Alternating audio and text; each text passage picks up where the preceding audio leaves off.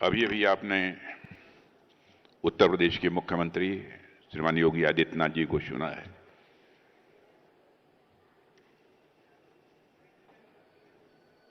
उत्तर प्रदेश को किस तरीके से वो गवर्न कर रहे हैं, मैं समझता हूं कि उनकी बातों से सहज रूप से ही आप आश्वस्त हो गए होंगे कि उत्तर प्रदेश स्टेट परफॉर्मेंस की यदि रेटिंग करनी हो तो सहज तरीके से ही कोई कह सकता है excellent.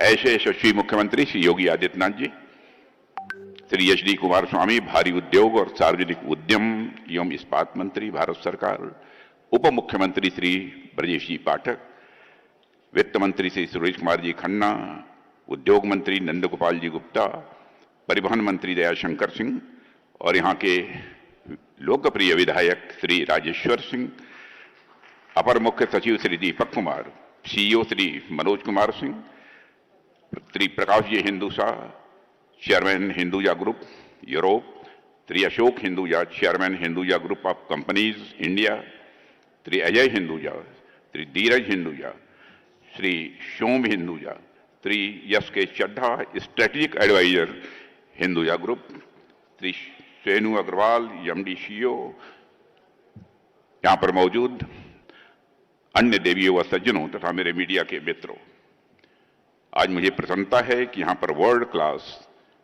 Green field integrated commercial vehicle manufacturing unit का उद्घाटन हुआ है। मैं मानता हूं कि लखनऊ वासियों के लिए नहीं, पूरे उत्तर प्रदेश के लिए यह निश्चित रूप से एक बहुत ही सुखद क्षण है। और यह जो स्थापित हुआ है उत्तर प्रदेश के हृदय लखनऊ की धरती पर, इस आधुनिक फैसिलिटी की शुरुआत प्रदेश की औद्योगिक यात्रा में एक मील का पत्थर, एक माइलस्टोन साबित होगी, ऐसा मेरा पक्का विश्वास है। मैं इस उपलब्धि के लिए दुनिया की सबसे बड़ी ऑटोमोबाइल कंपनीज में से एक अशोका लेलैंड और हिंदुजा समूह को मैं विशेष रूप से उनके प्रति आभार व्यक्त करता हूं और उत्तर प्रदेश की जनता को मैं इसके लिए हार्दिक बधाई देता हूं। साथियों, वैसे तो लखनऊ का जनप्रतिनिधि होने के नाते मेरा लखनऊ से गहरा संबंध है, लेकिन कई बार मुझे लगता है कि यदि मैं लखनऊ से न भी होता तब भी मुझे लखनऊ उतना ही प्रिय होता जितना कि आज है। क्योंकि आप भी जानते हैं, मैं भी जानता हूं, यह शहर ही ऐसा है जहां का होने के लिए आपको यहां का होने की जरूरत नहीं है। मैं हिंदुजा ग्रुप को भी कहना चाहता हूं, भले ही आप लखनऊ के न हों, लेकिन आप लखनऊ के हैं, लखनऊ वासी ऐसा मानेंगे, मैं यह आपको विश्वास दिलाता हूं। लखनऊ की खासियत यह है कि लखनऊ किसी के भी हृदय में आसानी से बस सकता है। मेरे हृदय में बसे होने के कारण मेरा भी हमेशा यह प्रयास रहता है कि मैं लखनऊ की जनता के लिए कुछ न कुछ करता रहूं। और मैं समझता हूं कि जब योगी जी जैसा मुख्यमंत्री मिल जाए तो स्वाभाविक रूप से इच्छा और प्रबल हो जाती है।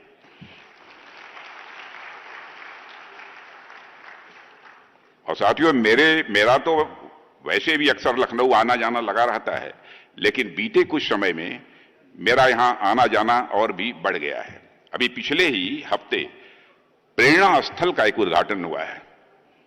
मैं समझता हूं बाहर से जो लोग यहां पर आए होंगे, यह अद्भुत कार्य यहां के मुख्यमंत्री योगी आदित्यनाथ जी ने किया है। प्रेरणा स्थल देखने लायक है, वहां जाकर उसे आप सबको देखना चाहिए। और आज इस वर्ल्ड क्लास मैन्युफैक्चरिंग यूनिट के उद्घाटन के अवसर पर मैं आप सबके बीच हूं और यह देखकर कितना अच्छा लगता है कि उत्तर प्रदेश किसी जमाने में बीमारू राज्य कहा जाता था। जिस उत्तर प्रदेश की पहचान को गुंडा राज और अपराध से जोड़कर देखा जाता था, आज उसी उत्तर प्रदेश में आए दिन उद्योग स्थापित हो रहे हैं। इससे बड़ा अचीवमेंट इस स्टेट का क्या हो सकता है। आज उसी उत्तर प्रदेश की पहचान एक ऐसे राज्य के रूप में हो रही है जो देश के विकास में बढ़ चढ़कर अपना मेजर कंट्रीब्यूशन दे रहा है। देवियों और सज्जनों, आज उत्तर प्रदेश में देश की सुरक्षा से जुड़े काम भी शुरू हो चुके हैं। सरकार ने यहां डिफेंस कॉरिडोर बनाया है। इसका मतलब सेनाओं के लिए हथियार, गोला बारूद और लड़ाकू जहाजों से जुड़ा सामान अब हमारे इस उत्तर प्रदेश में ही बनेगा। यह काम लखनऊ, कानपुर, झांसी, आगरा, अलीगढ़ और चित्रकूट, इन 6 जगहों पर हो रहा है। और अब तक यहां जो मुझे जानकारी मिली है, 34,000 करोड़ से भी ज्यादा का इन्वेस्टमेंट हो चुका है। यानी बड़ी बड़ी कंपनियां यहां आकर कारखाने लगा रही हैं। इससे सीधा फायदा यदि हुआ है, हमारे गांव के लोगों को यहीं काम मिलेगा, रोजगार मिलेगा, यहां के लोगों को बाहर भटकना नहीं पड़ेगा। और इसके अलावा लखनऊ में तो ब्रह्मोस एरोस्पेस की फैक्ट्री भी लगी है, जो ब्रह्मोस मिसाइल बना रही है, जिसका करिश्मा आप लोगों ने ऑपरेशन सिंदूर के दौरान देखा होगा। साथियों, अब यह मिसाइल बाहर से बनकर नहीं आती है, हमारे अपने देश में और अपने उत्तर प्रदेश में ही बनती है। और इसमें भी मैं कहना चाहूंगा, उत्तर प्रदेश के मुख्यमंत्री श्री योगी आदित्यनाथ जी ने जिस तरीके से बढ़ चढ़कर जमीन उपलब्ध कराना है, उसकी देख रेख करना, समय से वह तैयार हो जाए, जो पहल की है, मैं उसकी प्रशंसा करना चाहता हूं। यहां साथियों, अब हमारा भारत यह कमजोर भारत नहीं रहा है। हमारा भारत अब अपने हथियार खुद बना रहा है। और मैं समझता हूं उत्तर प्रदेश भी इसमें लगातार आगे बढ़ता जा रहा है। और हमारे उत्तर प्रदेश की डबल इंजन की सरकार ने उत्तर प्रदेश में विकास के इस काम को इस तेजी से आगे बढ़ाने के लिए एक नई नीति बनाई है, जो मुझे बतलाया गया है। उस नीति, उस पॉलिसी का नाम है Uttar Pradesh aerospace and defence unit and employment promotion policy. इसका सीधा मतलब यह है कि अब उत्तर प्रदेश को ऐसा राज्य बनाया जा रहा है जहां सेना के लिए साजो सामान बड़े पैमाने पर बनेंगे।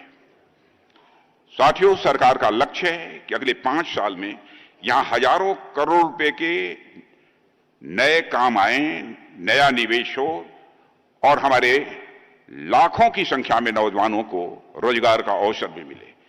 यानी हमारे गांव, हमारे कस्बे, हमारे शहरों के बच्चे अब यही काम करेंगे, यही कमाएंगे और अपने परिवार को संभालेंगे और भारत देश का मस्तक ऊंचा करेंगे।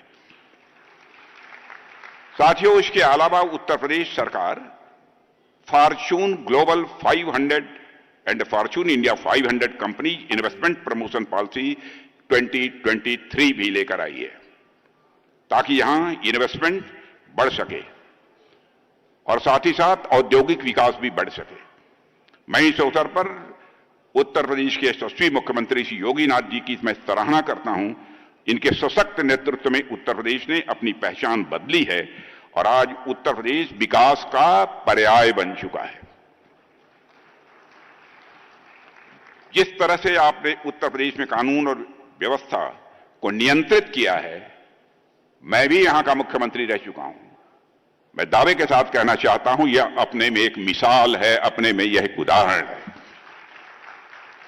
यहां इतनी संख्या में जनता उपस्थित है, यहां का मैं जनप्रतिनिधि हूं और मैं समझ सकता हूं कि एक आम आदमी सरकार से क्या चाहता है। वो बस यही चाहता है कि सरकार एक ऐसा समाज बनाए, ऐसा माहौल बनाए जहां कोई भी आदमी अगर 4 पैसे कमा रहा है तो वह अपने परिवार के साथ उन 4 पैसों से सकुशल अपनी जिंदगी चला पाए। किसी गुंडे और बदमाश की नजर उसकी कमाई की कीमत पर न पड़ने पाए, उसकी यह इच्छा रहती है। कोई गुंडा बदमाश उसके परिवार को आकर तंग न करे। एक आदमी बिल्कुल शांत जिंदगी चाहता है। डेवलपमेंट तो सरकार का काम है ही, वह तो सरकार करेगी ही, लेकिन एक आम आदमी सरकार से समाज में अमन चैन बनाए रखने की भी उम्मीद रखता है।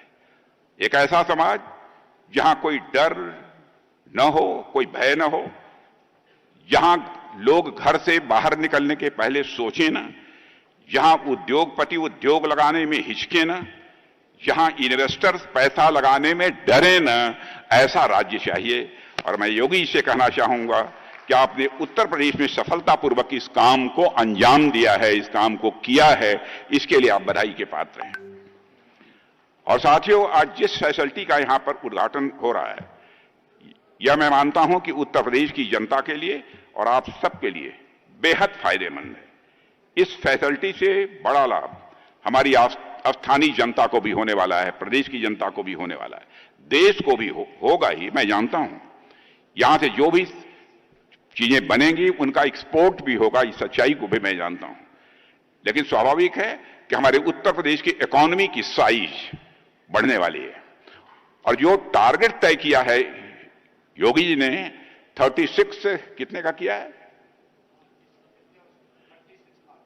36 लाख करोड़, 36 लाख करोड़ को मैं समझता हूं उस टारगेट को अचीव करने में हमारे इस प्लांट का भी एक मेजर कंट्रीब्यूशन होगा, ऐसा मेरा पक्का विश्वास है। मुझे बतलाया गया है कि लगभग 70 एकड़ में यह संयंत्र फैला हुआ है और इस पूरी फैसिलिटी का निर्माण 60 महीने में होना था, लेकिन आप लोगों ने इसे रिकॉर्ड 18 महीनों में ही पूरा कर दिया। मैं अशोका लेलैंड और हिंदुजा ग्रुप को फिर से बधाई देना चाहता हूं। आपकी इस एफिशिएंसी, आपकी इस एक्टिवनेस की मैं सराहना करता हूं। इसके लिए भी आप सब बधाई के पात्र हैं। अब जैसे ही यहां काम शुरू हो जाएगा, उसके बाद हर महीने लगभग 2500 इलेक्ट्रिक व्हीकल्स यहां से बनकर निकलेंगे।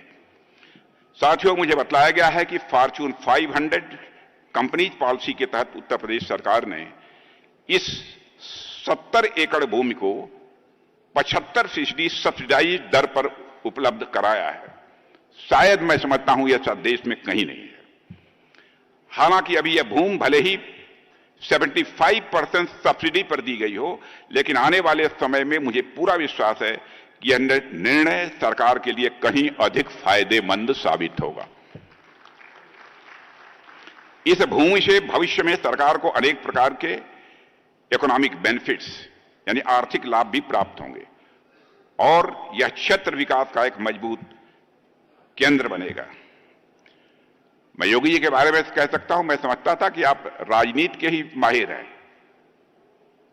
लेकिन मैं तो इस नतीजे पर पहुंच गया कि आप तो अर्थशास्त्र में भी माहिर हैं।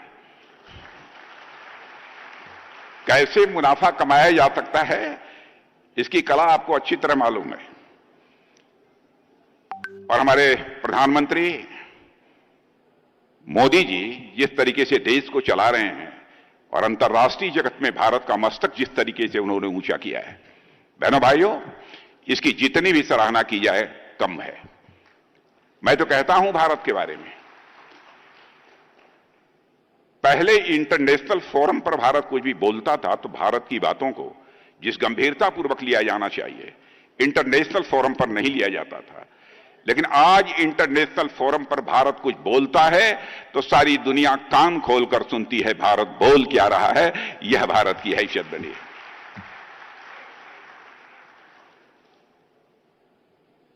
और भारत तेजी से आगे बढ़ रहा है। हमारे उत्तर प्रदेश का भी एक मेजर कंट्रीब्यूशन है उसमें।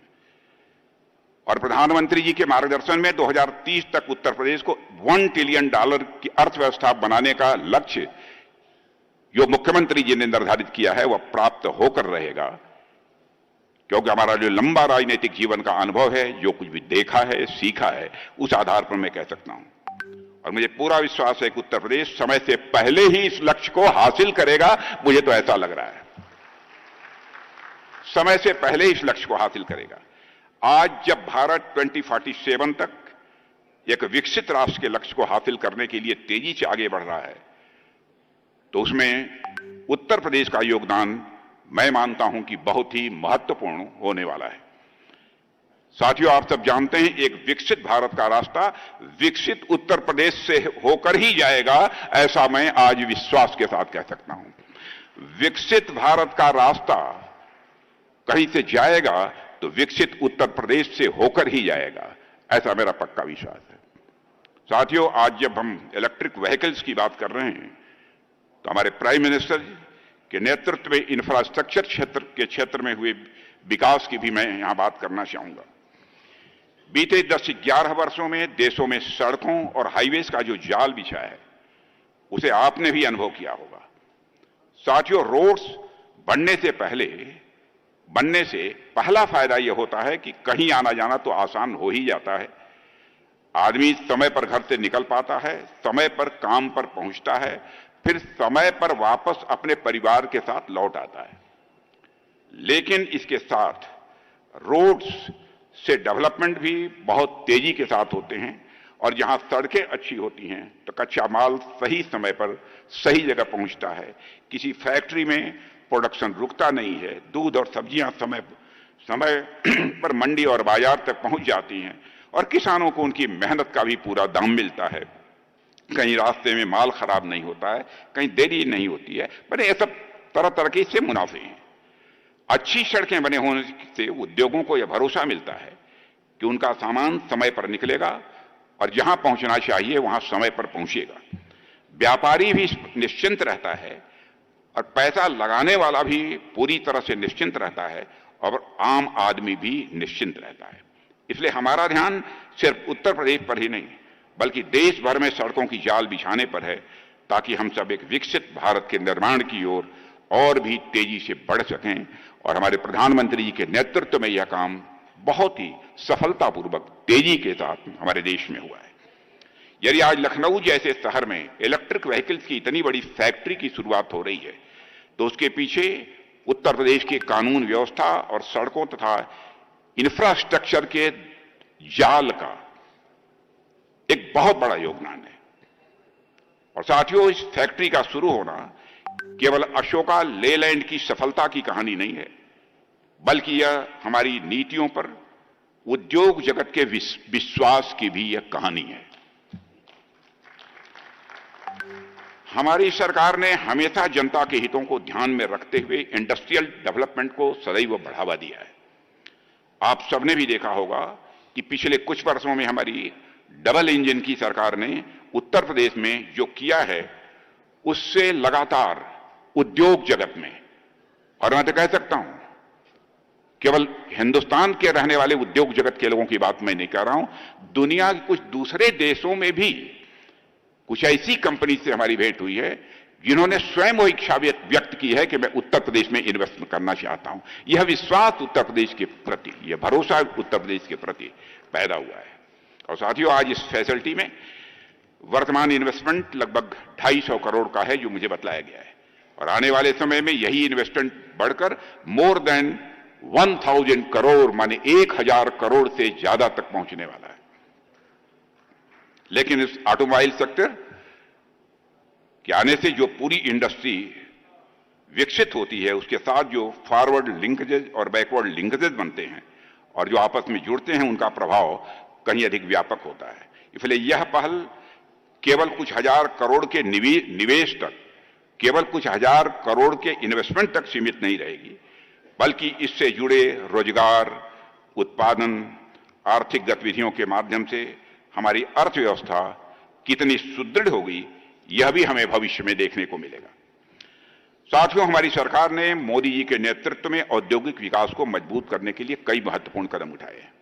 आज आप देखिए, भारत में हमने मेक इन इंडिया पहल शुरू की है। तमाम बड़ी चीजें जो पहले विदेशों से आती थीं आज वह भारत में बनने लगी हैं, भारतवासियों के हाथों से बनने लगी हैं। इसके अलावा आने वाले समय में हम इन टेक्नोलॉजीज को बढ़ावा दे रहे हैं जो अत्याधुनिक और बहुत ही बड़े काम की हैं। जैसे आने